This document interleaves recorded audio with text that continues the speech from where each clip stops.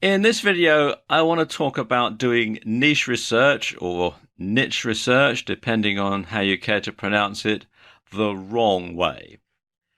And sadly, this is the way that most newbies approach niche research. And sadly, it's also the way that some so-called gurus tell you how to do it. Okay, the first thing that you're recommended to do is to pick an evergreen niche. Now, what do I mean by evergreen? Well, I mean things like weight loss, fitness, dating, get your ex back, sports, particularly sports that require a lot of money to be spent on them, sports like golf, where there's lots of expensive equipment to buy and there's lots of tutorials and all that other sort of stuff. And of course, internet marketing or make money online. So you're starting out, you don't know anything at all, but you think that you're going to go into the internet marketing niche. So you can make money by telling other people how to make money, by telling other people how to make money. So you sell stuff online about making money online, and that makes money online, and the whole thing goes round and round and round. So you think, or so you're told to think. And so what these people do, or what most newbies do, is they'll go to the Google Keyword Planner and they'll find out what keywords get the most searches. Because they figure that if it's a popular niche, if it's a popular topic, if there's more searches, then they're going to make more sales. You know, there's a million searches for this particular keyword, so if only 1% of people buy my product for $9.99, well, you do the math. So they look through sites like Amazon or ClickBank to find which niche has the most products to sell. And of course, the more expensive that product is, or the higher the commission is on that product, the better, because they're just looking at it from a money-making perspective. They think it's all a numbers game. The more I can sell at the higher commission, then obviously the more profit I'm going to make, which is true to a certain extent. But you have to do it properly, and this way is not the proper way to do it. Next thing that they'll do is they'll buy a domain name that has nothing to do with the niche, you know, bobswebsite.com or something similar, because they figure, well, if it doesn't work out, we can always use it for something else. Then they'll buy some PLR articles, or better yet, they'll get them for free, copy and paste it and put it straight up into their WordPress blog without any changes whatsoever. Then they've probably got a coupon from Google AdWords that gives you so much free traffic, so they'll use that to drive some traffic to the website using those really popular keywords that they use the Google Keywords tool to find in the first place, not realizing that once the amount of money that's on the free coupon has run out, they're going to be faced with a massive bill because these keywords are going to be very expensive. But they set all that up, and then they fail miserably. They lose a ton of money, and they get disheartened, and they give up. And probably worse than that, they come to the feeling that everybody involved in IM is a crook, and that the whole thing is a big con. And it's not hard to understand why they feel that way. Now, before we go any further, let me just state one thing for the record before people think, hang on a minute, what about evergreen niches? Well, there's nothing wrong with an evergreen niche, but most are oversaturated. These are the niches that lots of people want to get into, and lots of people are already in them. And the leading players in these niches are very well established. You've got people who've been in IM for many, many years. They've got massive lists. They've got all sorts of websites out there. They're up on the top of Google for practically every keyword because they've been there for so long, they know how to play the system. And the keywords in these niches are fiercely competitive. Again, because it's so oversaturated and because the leading players have been there for so long, then there's a lot of competition to get the really good keywords that are going to get you to the top of Google. And the AdWords for these particular niches are very expensive for the same reasons. So if you're trying out this way, if you're starting out this way, then, well, quite frankly, you're setting yourself up to fail. And so many people do this. So many people think that this is the way to do it. So many people are told that this is the way to do it, and it's all completely wrong. In this video, I want to talk about how you develop a niche finder's mindset, or a niche finder's mindset, depending on how you care to pronounce it. And in doing so, you need to look at the world slightly differently. You need to develop a sort of an outside of the box way of thinking. Now, there are practically an unlimited number of niches out there. You've got business-related niches, hobby niches, personal development niches, the list just goes on and on. And sometimes the most profitable niches can actually be the most unglamorous ones. Why? Because not many other people are marketing to them, so that leaves the field wide open for you. Now, think about it this way. Any problem or need is a niche. Any hobby or interest is a niche. Anything that can make people's lives easier, happier, or more fulfilled is a niche. So, to put it simply, what you have to do is find a void and fill it. And that's actually easier than you think. When it comes to problems that people face, either in their personal life or in their business life, when it comes to things to do with hobbies or pastimes, sometimes people can be so close to the problem that they literally can't see the forest for the trees. They really can't. They're so focused on the problem that they do not see the bigger picture. Now, that gives you an advantage because you can see things from a distance because you're not so close to the problem. You can look at the problem from a different angle from the one that they're looking at. You can look at the problem from a greater distance than they're looking at. And you might see the answer looking, staring them straight in the face, but they can't see it, but you can. And that's where you have the advantage.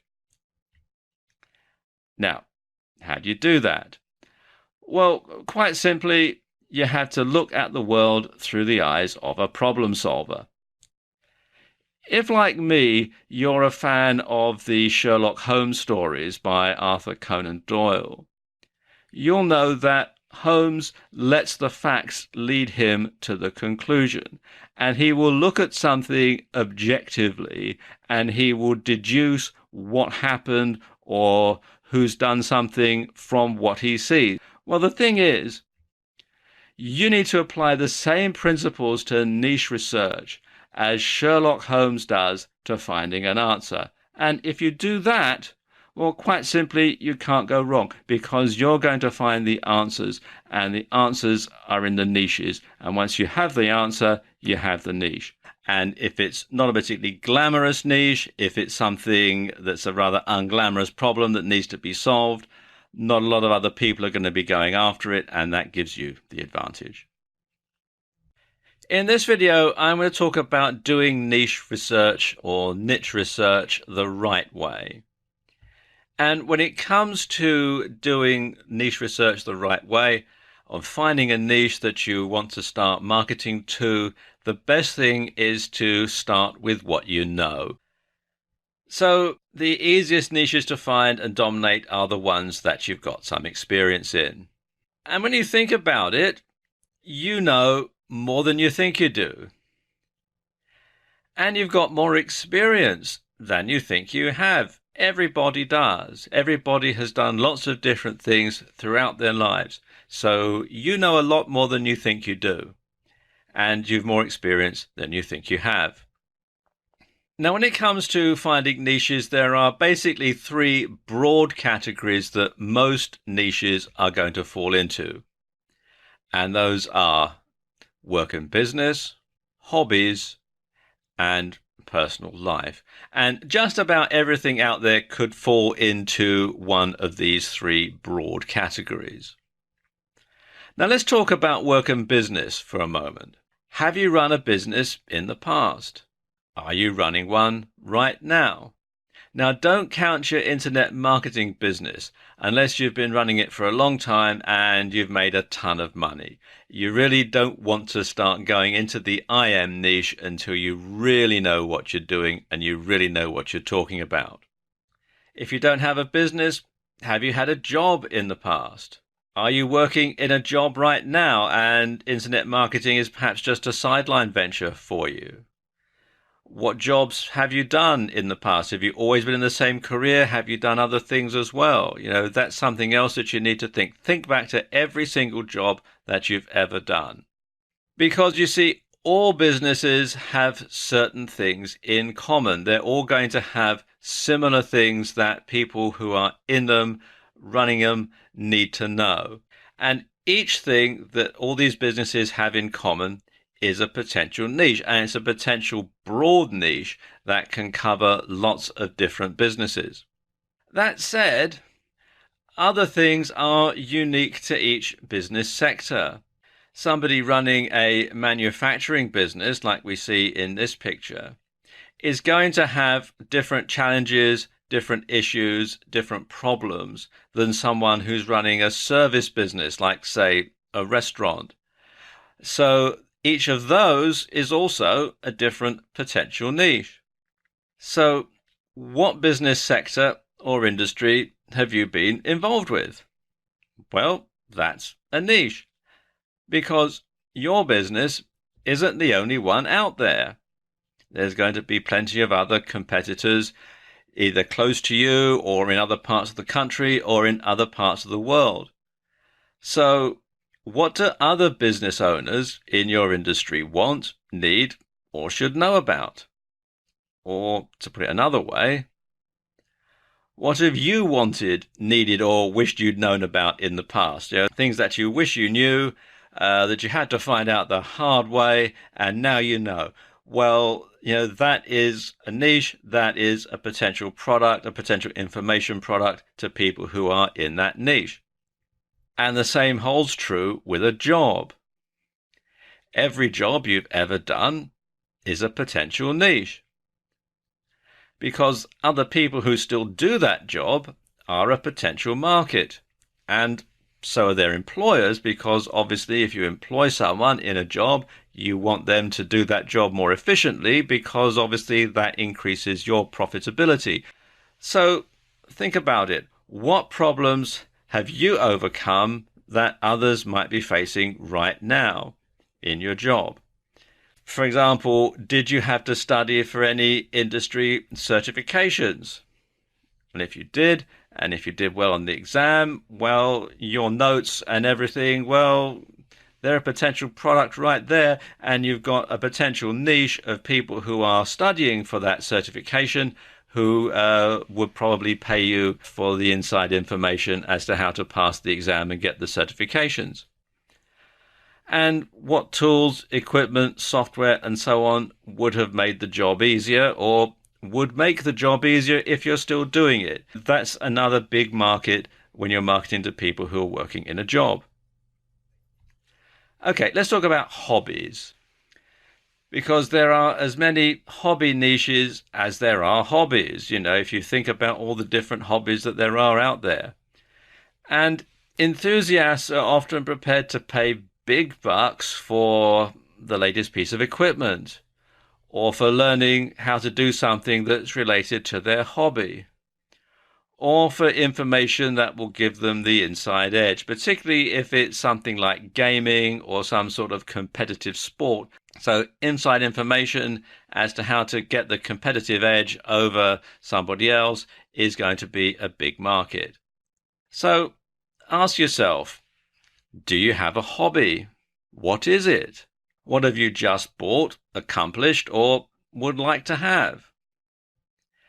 And what do you know about it now that you wished you'd known when you first took it up?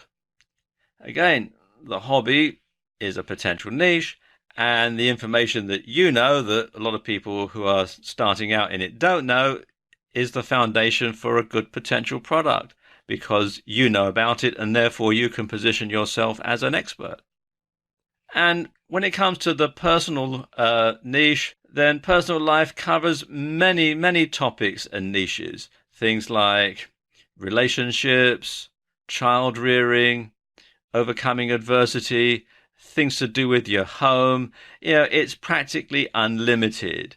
So again, ask yourself, what have you accomplished in your life? What obstacles did you overcome? What are you the most proud of? And how can your experiences benefit others who might be in a similar position? And you don't have to be all philosophical here. It can be something practical. It can be something about hanging wallpaper or how you painted a door. It doesn't have to be, how you rescued your marriage or brought up your kids. It can be anything, any type of subject that's to do with your personal life is a potential niche. Now, once you've decided on a potential niche, and I recommend that you draw up a list of several potential niches, ones which you could easily go into because they're things that you know a lot about, then you need to dive deeper into it.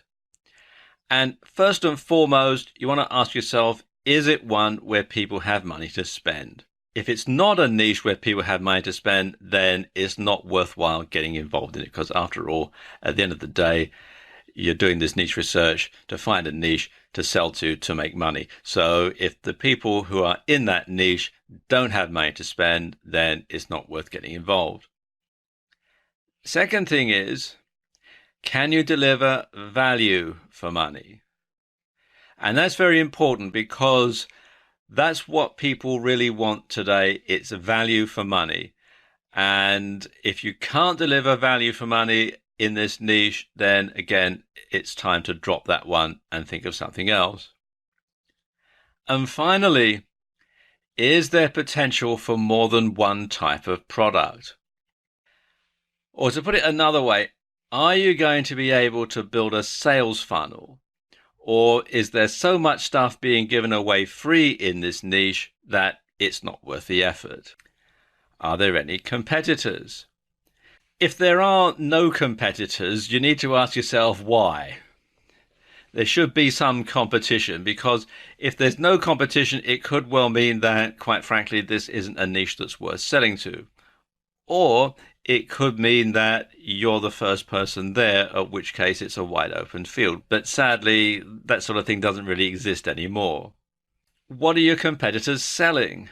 Can you come up with something that's better, cheaper, or higher quality? And also, I could have added here, if you do have competitors and they are selling stuff, is there affiliate programs that you could sign up to so that you could sell the same stuff for them? And finally, do you have what it takes to dominate this niche and become the go-to guy or go-to gal in it? And if it's something that you know about, then there's a good chance that you do, and you can establish yourself as an expert in this niche very, very quickly. In this video, I want to talk about how you tackle a subject that you don't know much about, or how you can find a niche that you're not familiar with and decide whether or not you want to market to it. Now, it's much harder to dominate a cold niche than one you already know a lot about, but it's not impossible. However, you must choose carefully, and you must do your homework and make sure that you know what you're doing, because it's very easy to fail this way. So the first thing that you want to do is you'll want to carry out some research online to not only find the niche in the first place, but also to assess its viability and its profitability. And there are several sites online which can help you do this. Okay, the first site to look at is Google Trends, which you can find here at google.com/trends. And this gives you an idea as to the rising and falling searches on Google and how popular a particular topic is. You can explore the categories. You can go from this drop down here. So you can have things that are related to business or entertainment or health, science and technology, sports, top stories, and so on. And you can have them from just the United States, or you can have a particular country elsewhere. You see the whole list here of things that you can look at. Also, you can type in a search term or a website URL in here, which will give you a breakdown as to how often that particular search topic is looked for. Let me just scroll down a bit so you can see the rest of the page. You can see these are all the popular ones in the United States at the time that I'm making this video. There we go. Okay, the next one is to find the best-selling items on eBay, and it's Terapeak. And this is a service that works in conjunction with eBay, and they will give you a lot of data about the best-selling items on eBay. So you get an idea as to what's popular on eBay at the moment. It's rather a long URL to log into, so if you just go to pages.ebay.com/marketplace_research, you'll be prompted to sign into your eBay account, and then it will take you to this page, and you can watch the video that explains it in a lot more detail than I can. Then there's Amazon bestsellers, which you'll find here at amazon.com/GP/bestsellers. And this lists all the bestsellers in various categories on Amazon. Let's just scroll down a bit so you can see better. See, you've got toys and games, electronics, camera and photos, video games, books, clothing, and so on. And also, if you've been a regular user to the site, you'll have some featured recommendations based on what you've recently looked at on the site. Now, you can also go down and explore by department. You can see here, which will give you a much deeper insight as to what's selling best on Amazon. Last one I want to show you here, and that's What's Trending, which you can find here at whatstrending.com. And this gives you an idea as to what's trending on social media at the moment. You just scroll down here, you can see all sorts of things here. And it comes from various social media sites, Twitter, Facebook, that sort of thing. You got videos that are trending and so on. You've got more trending things here, and so on. And so, and these are sites that you can look at to get more of an idea as to what's popular online right now. So once you've had a look online to assess this niche's profitability and to decide whether or not it's one you might like to market to, then you want to carry out some further research offline just to carry on and make sure that it is going to be viable. And the first thing that you want to do is to go down to your local newsagent or your local newsstand and take a look at the magazines. Because if a publisher is prepared to put time, effort, and money into publishing a magazine on a subject, then it's a potentially lucrative one.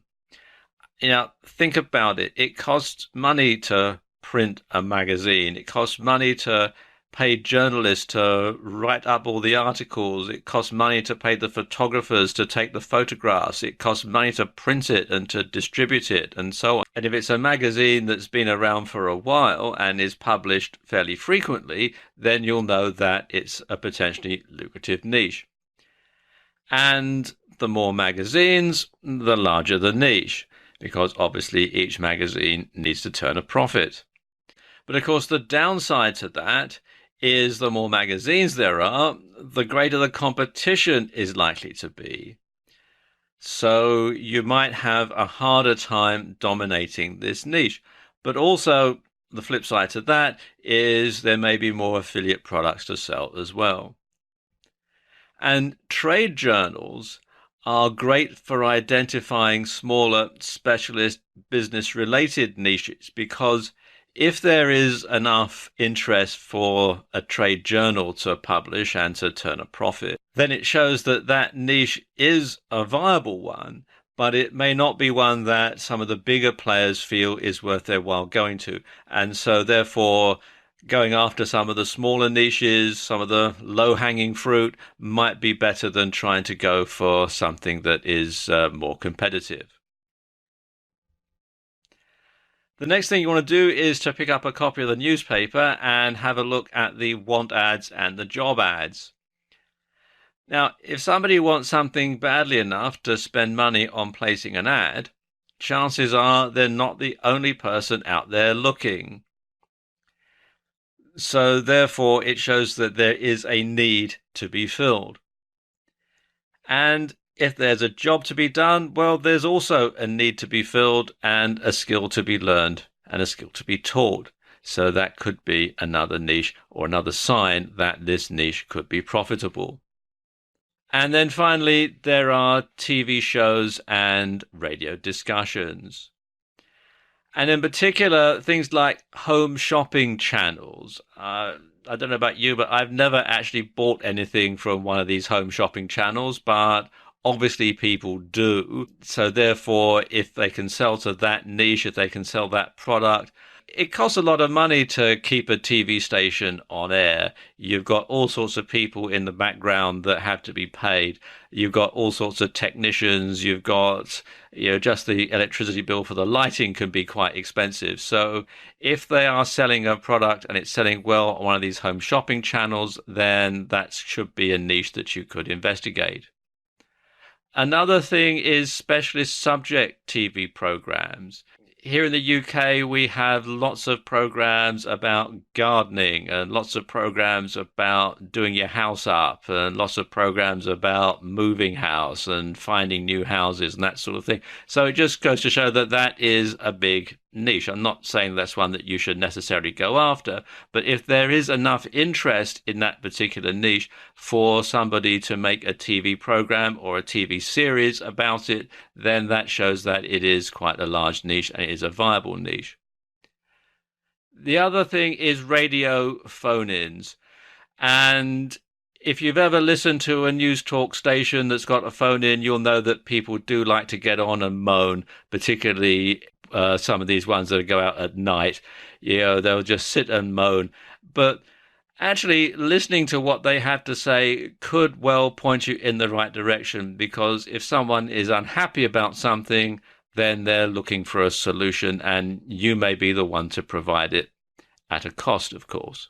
So these are all the things that you need to do first to do your preliminary research when you're starting to find a niche that you perhaps don't know anything about. And we'll continue this video in part 2, where I'll talk you through how you go about doing deeper research to make sure that this is the right niche for you and to make sure that it's going to be a profitable one for you. In the first part of this video, I talked you through doing the preliminary research if you're planning on going into a niche that you don't know a great deal about, or to find a niche that you don't know a great deal about.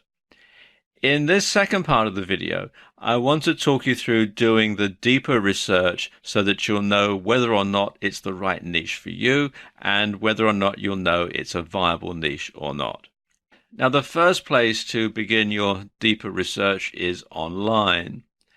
And there are several things that you'll want to do on the internet to carry out your research further. The first thing is to look at some forum discussions. What you do is you go to Google and you type in the name of your niche followed by forum. And that should bring up several forums in your niche. If there aren't any, that might be indicative of a problem, and you might have to reconsider whether or not this is going to be a viable niche. But if there are forums on the subject, then the next thing you want to do is to spend some time reading the posts on the forums. You might have to join the forum. Most forums have the capability for you to join as a free member. Perhaps it's just to read, but that's all you want to do, really. You don't really want to post anything unless you happen to know something about the subject. So spend some time reading the posts and see what's being discussed. What questions do people have? What answers are they being given? And this is going to do two things, really. You're going to know what the wants and needs are in this particular niche. And it's also going to provide you with some information that you can use to create your own niche product, or that you can use to do further research and drill down even further in this niche. Let me give you an example here. Now I'm using the search term dog training for this demonstration, and you can see here I've put dog training forum into Google, and you've got a lot of different forums here, all to do with dog training. Let's just click on that one just so you can see what it looks like. And if I scroll down a bit, you can see you've got all sorts of different topics that you can look through that can give you some ideas as to niches to look for or subjects to build a niche product around. Another good site to look at is Yahoo Answers. And similarly to looking at forum sites, you want to see what questions are being asked, and you want to see what answers are being given. And what you do is you come here to answers.yahoo.com, and then you enter your question here into the box and click here where it says search answers. And following on our dog training theme from earlier, the question I put in here is best way to stop my dog from jumping up at people. And you can see there are several answers listed here, or several people have asked the question here, and they have various answers. And what you can do is simply click up on this link here, and then you can scroll and see the answers. And you've got here, some are good answers. Some people think it's funny to put flippant answers to these questions, but you can scroll through and find the best ones, and that will give you an idea as to the sort of things that people are looking for online. And you can use these answers also to help build a niche product, such as an ebook or video or something like that around the answers. If you have a specific question that you need to answer, or some specific information that you want to discover, then a good way to find that out is to ask people to answer a survey. So get people in that niche to respond to a survey, asking them what they want. And forum discussions and also Yahoo Answers will point you in the right direction.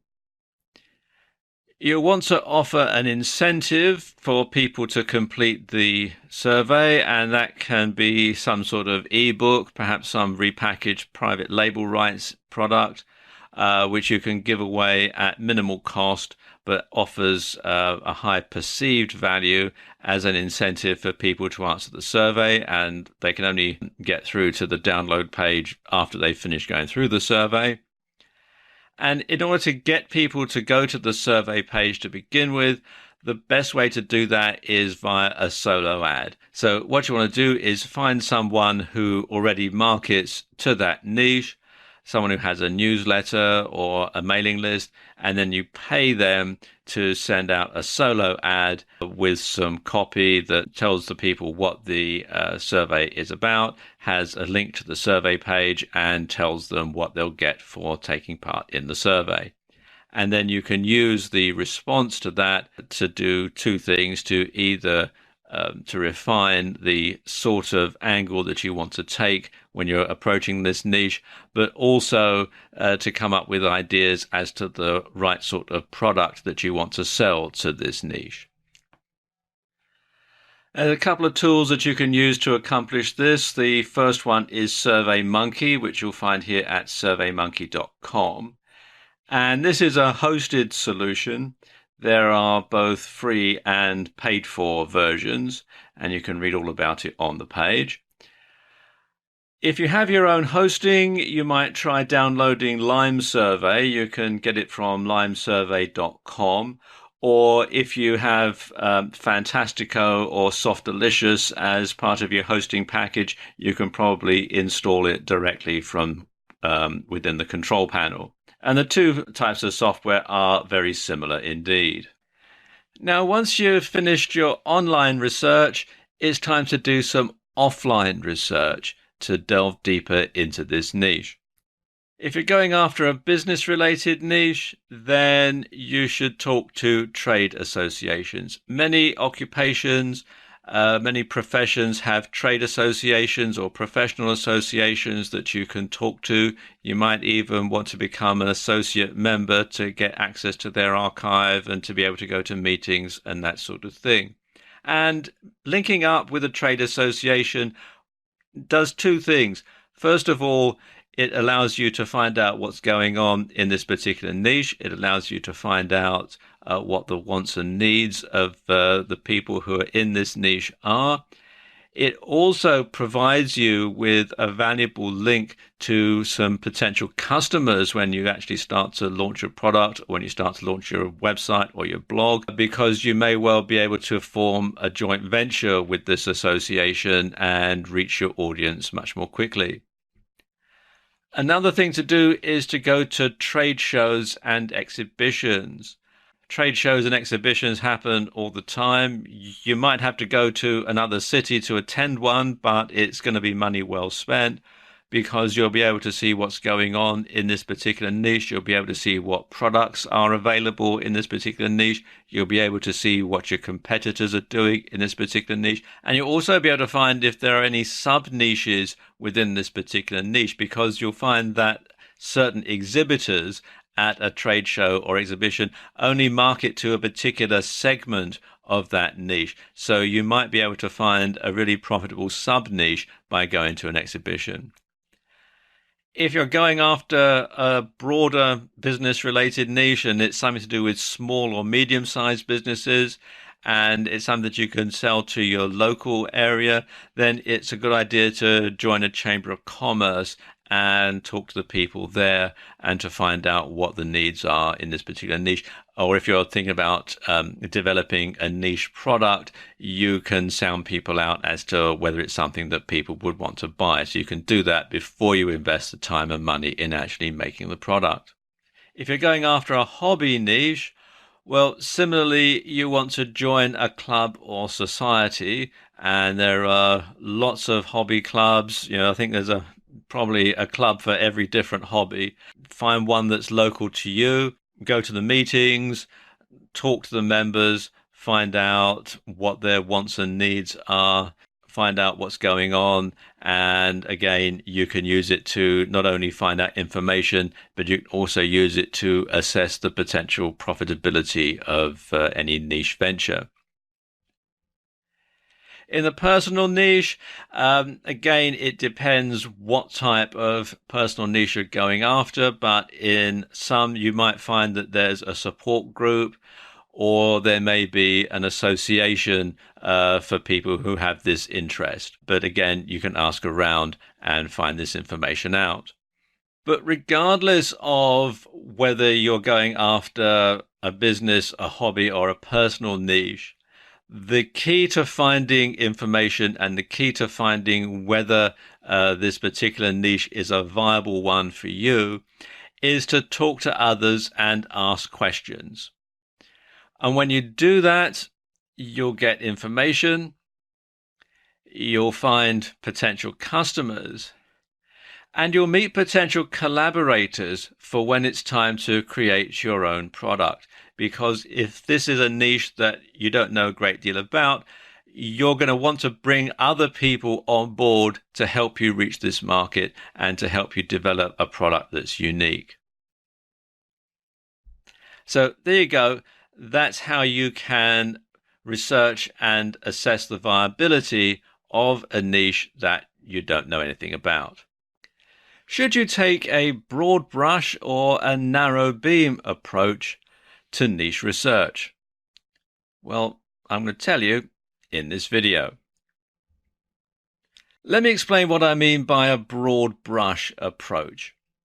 A broad brush approach is where you take a topic that has wide appeal, you use popular keywords that are likely to get lots of searches, and everyone who has any interest in the subject whatsoever could use this search term. And this results in high search volume, but it also results in high competition. Now, when I talk about narrow beam, I mean a topic that has a highly specialized appeal, and it uses highly defined keywords. So only those people who have a specific interest in the subject will use those search terms. There's lower search volume, but there's less competition, so you stand a greater chance of making a sale.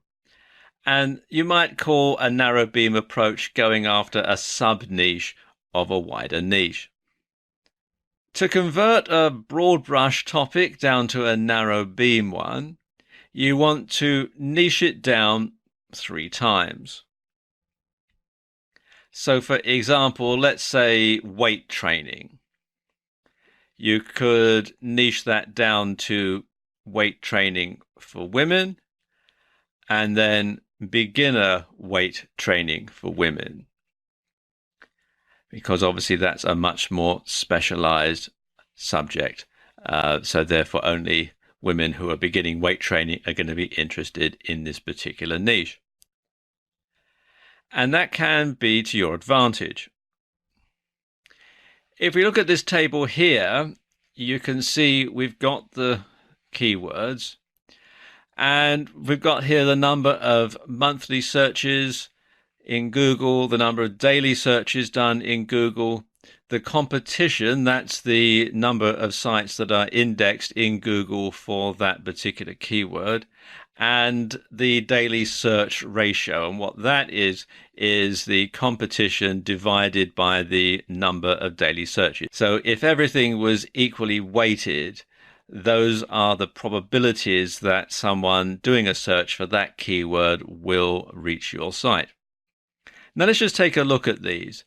For weight training, you can see that there are 9,720 monthly searches, 324 daily searches, but the competition is 12,900,000 websites for that keyword. So your chances of getting to the first page of Google, let alone to the top position in Google, are going to be very, very slim. So the chances of somebody actually coming to your website, the daily search ratio, is 39,814 to 1. So when you niche it down, you've got weight training for women, and that gives 6,480 monthly searches, 216 daily searches, and the competition is 327,000. But when you niche it down again, you've got beginner weight training for women. The monthly searches are much lower, only 384, and there's only 13 searches a day. But the competition is 7,700, and the daily search ratio is 592 to 1. So your chances of getting to the first page of Google and your chances of getting to the top position of Google are much better because you're not going up against so many competitors. So your chances of actually getting a hit to your website are 1 in 592, as opposed to 1 in 39,814. So you stand a much better chance of being able to access this much smaller market. You can be a big fish in a small pond as opposed to a minnow in the ocean. So if you're just starting out, if you're looking for a niche to dominate, the smaller the niche, the better. So niche it down, take a narrow beam approach, and you'll stand a much better chance of success. In this video, I want to talk you through my top 10 online niche research tools. And the first one is Google Trends, which you'll find here at google.com/trends. And I know I've talked about this in other videos, but it really is a highly versatile tool. You can find out information about topics, about keywords, about URLs. It's actually very, very versatile. Another site that I have bookmarked and use quite a lot is this one, which will find the most popular videos on YouTube. It's quite a long URL, so if you go to Google and type in most popular YouTube video or most popular videos on YouTube, then you'll be directed to the page for your country. I'm in the UK, so it's showing me the most popular videos in the United Kingdom, and you can get all sorts of information, so you can see exactly what's trending on YouTube right now. Then there's Pop URLs, and this lists the most popular searches on particular sites. For example, you've got Reddit or The Verge, Dig. Let's just scroll down a bit more. The Huffington Post, Metafilter, Longform. It's a whole lot of interesting information here. Google News, Hacker News, Slashdot, Wired, AOL, Wired News, MetaCafe, got most popular videos here, Lifehacker, The Onion, all sorts of really interesting information. You can see what's popular on various popular websites, and it's worthwhile spending some time on this site to get an idea as to what's popular and what's trending at the moment. If you're going after a business niche, then a good site to look on is the Occupational Outlook Handbook that's published by the US Bureau of Labor Statistics. And you can go through and look at various occupation groups. You can look at different occupations. You can see sort of things like pay grades and that sort of thing. And if you're looking for a particular type of business niche, then this is a good site to look through just to get an idea as to what occupations are now popular. And you can find it at bls.gov/OOH. In a similar vein, you've got the Riley Guide, which you'll find here at rileyguide.com/trends.html.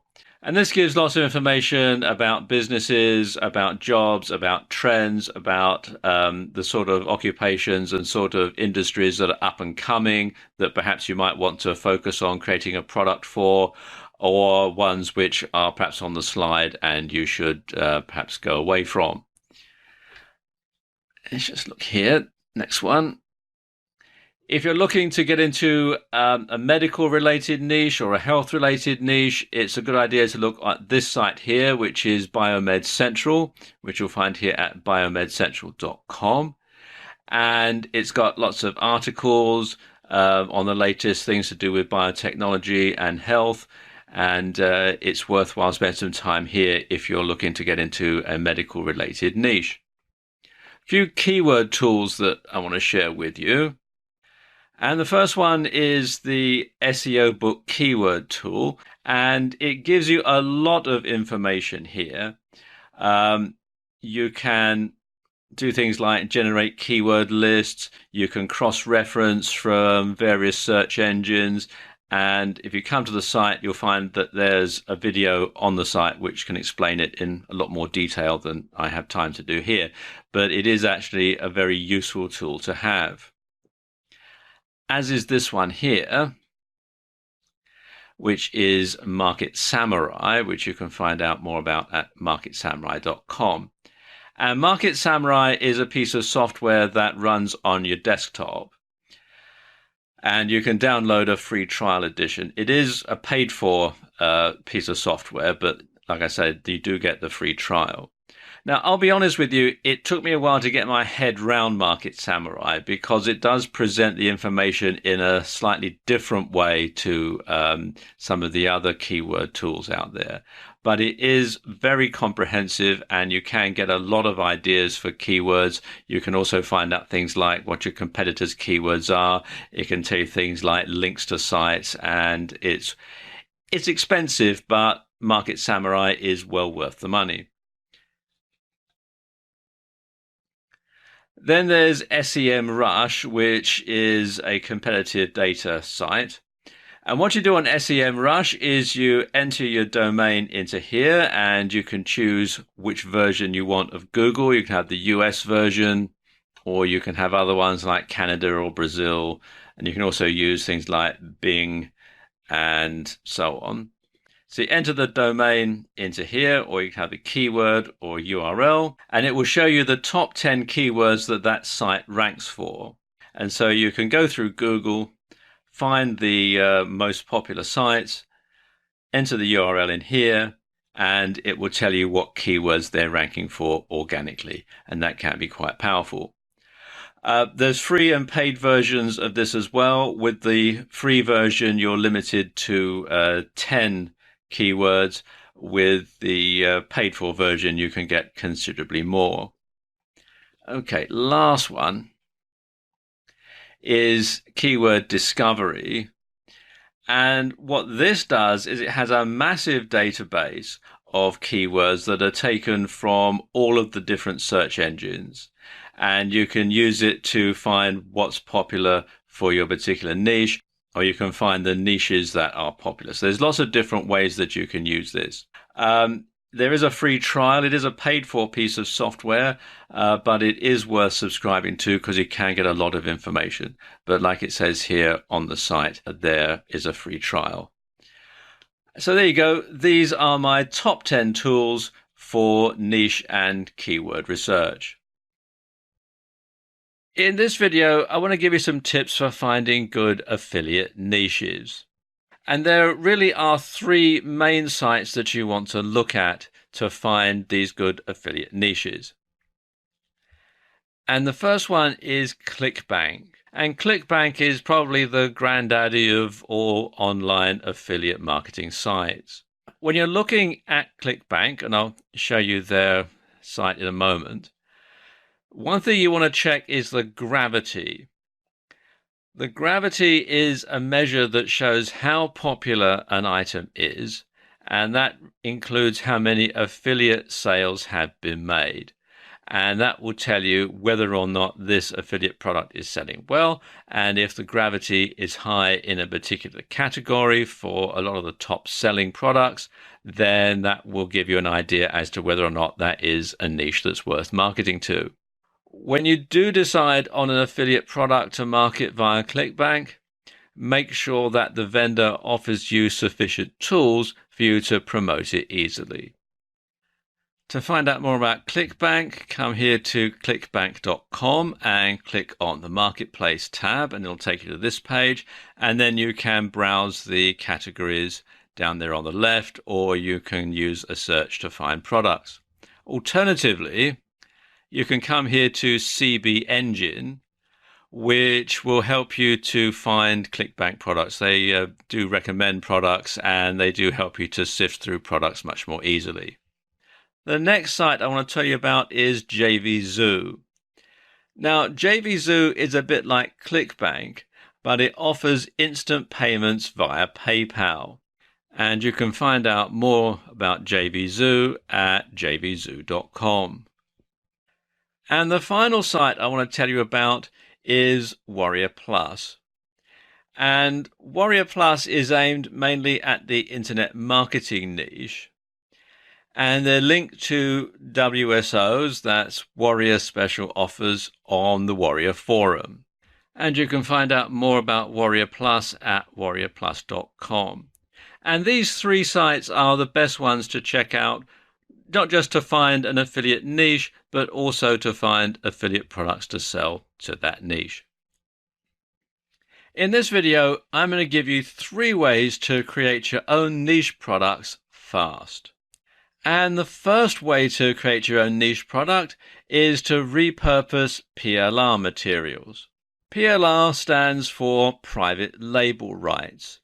And this is where the author or creator of a work sells the intellectual property rights along with that work. And these get sold to more than one person. And these can include things like articles, ebooks, videos, audio programs, and a whole lot more. Now, because PLR gets sold multiple times, you have to alter it to create something unique. So you should rewrite ebooks. You can combine several PLR ebooks to create one new ebook. You can split an ebook into several articles or blog posts. You can record yourself reading an ebook and turn it into an audio product. You can turn an ebook into a video. It can be just a simple slideshow video like this one.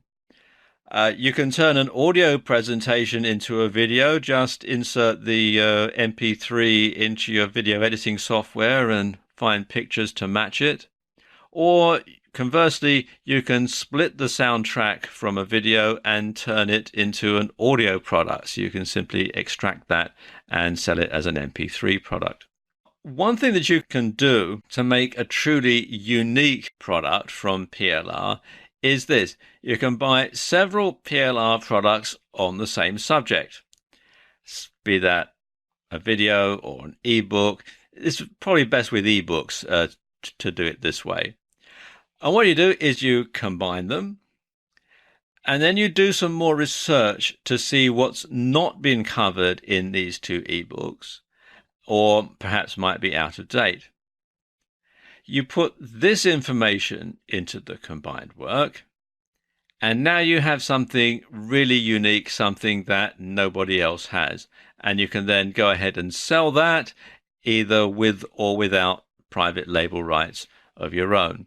It's up to you, but you'll have a really unique product that way, and you can create it much more quickly than you would do if you had to go out and research every single part of the topic. Okay, the next way of creating a niche product very quickly is to use public domain materials. Now, public domain materials are materials where the copyright has expired or was never copyrighted in the first place. And in some countries, and I'm talking about particularly the US, government works are in the public domain from day one. In other countries, particularly the UK and some Commonwealth countries, government works are copyrighted in perpetuity, so you can't use them at all ever. So you do need to check. But public domain works can be repurposed in the same way as PLR content. And because it's in the public domain, you can use it and the result becomes yours. Now, you do have to be careful with public domain because copyright laws vary from country to country. If you're watching this video in the US, you have some of the simplest copyright laws in the world, and lots of things fall into the public domain. In other countries, it becomes much more complicated. So don't just assume that something is in the public domain. You want to check first, and unless you can be absolutely certain that something is in the public domain, it's best to assume that it is still copyrighted and leave it and move on to something else, because you don't want to run the risk of getting sued for copyright infringement. And you can find out more about public domain and public domain materials and copyrights in general on the Wikipedia page. Just come to Wikipedia and type public domain into the search box and it'll take you to this page. Now, the final way to create a niche product really fast is to interview an expert. So you want to find someone who is an authority in your niche and get them to agree to be interviewed. You'll have to pay them, obviously, but you'll have a unique product that should sell for a premium price. And if the expert is well known, then their fans will buy the product simply because it's about the expert. Now, there are several ways that you can conduct the interviews. You can interview the expert in person, or you can interview them over the phone. If you're going to interview them over the phone, then it's better to use Skype for phone interviews because the audio quality is much better. And if you're going to interview the expert in person, then try to video the interview. If you do this, you want to get a professional videographer or a professional crew to come in and do this for you, unless you are skilled in this particular thing. Because poor lighting and bad audio can render your video worthless. And for the same reason, I don't recommend that you do video interviews over Skype, because you never know exactly what it's going to look like. The fact that you could have someone just simply talking to their webcam on their laptop, the lighting could be bad, the audio could sound boxy, and so on. So what you really want to do is to have a professional crew video your interview, if the expert will allow you to do so. And you can create several products from an interview. If you've been able to get the interview videoed, then you can release it as a video, and you can release that online. You can have it as a video download, or you can create it into a physical product, a DVD or a Blu-ray disc. For an audio, if it's something that you've recorded via Skype, or if it's the audio track from your video, because you can rip the audio from the video and sell that as a separate product, and that can be downloaded either from your website, or you can release it on sites like iTunes. For an ebook, well, you can take your interview and have it transcribed, and you can rewrite it slightly so that it flows better in a written form. You can expand on it with information that you've got from other sources, or combine it with information that you've got from interviewing other experts to make something that's really unique. And you can release that as a PDF from your website, and you can also sell e-reader versions of it for things like the Amazon Kindle. And finally, you can also have a physical book. You can reformat it again so that it fits more into a written format, and you can sell it via print-on-demand sites like Amazon CreateSpace. So you can get several different products just from a single interview. And the best part is you can have all these products ready to go in only a few days. It only takes a few days to contact the expert, arrange to do the interview, create at least one product, and get it out there to your audience. So you can start to market to your newly found niche very, very quickly. We've covered a lot of ground in this video series, and your head might be spinning a bit from all the information. So let's just recap and go over what we've learned so far. First of all, most people do niche research the wrong way. They find a popular niche and they think they can make a killing in it, only to find that it's oversaturated and has lots of well-established competitors. They fail miserably, they get disenchanted, and they give up. So to do niche research correctly, you need to develop the right mindset. A solution to any problem or need is a niche. So you need to look at the world through the eyes of a problem solver. In other words, you need to find a void and then fill it. That's as simple as it comes. So start with what you already know. And you know more than you think you do, and you have more experience than you think you have. And you can think about this. Think about the three broad niches that are out there, that most markets fall into. There's business, hobby, and personal life. And I'm sure you have experience in at least two of those three niches. And you can still tackle a subject even if you don't know it. It just needs more research. So you want to do your preliminary research and you want to start online, and you want to look at sites like Google Trends, at tetrapeak.com to find the best-selling eBay products. You want to look at Amazon.com's bestsellers, and you want to look at whatstrending.com to see what's trending on social media, to see what people are talking about, what people are interested in. Then you carry on your research offline by looking at magazines, because if there's a magazine on a subject, then that's a viable market, because magazines cost a lot of money to print.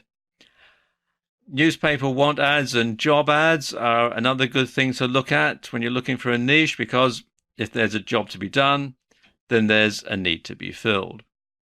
And you also want to look at TV shows and radio discussions, particularly home shopping channels to see what products are popular, and radio talk programs to see what people are phoning in to talk about.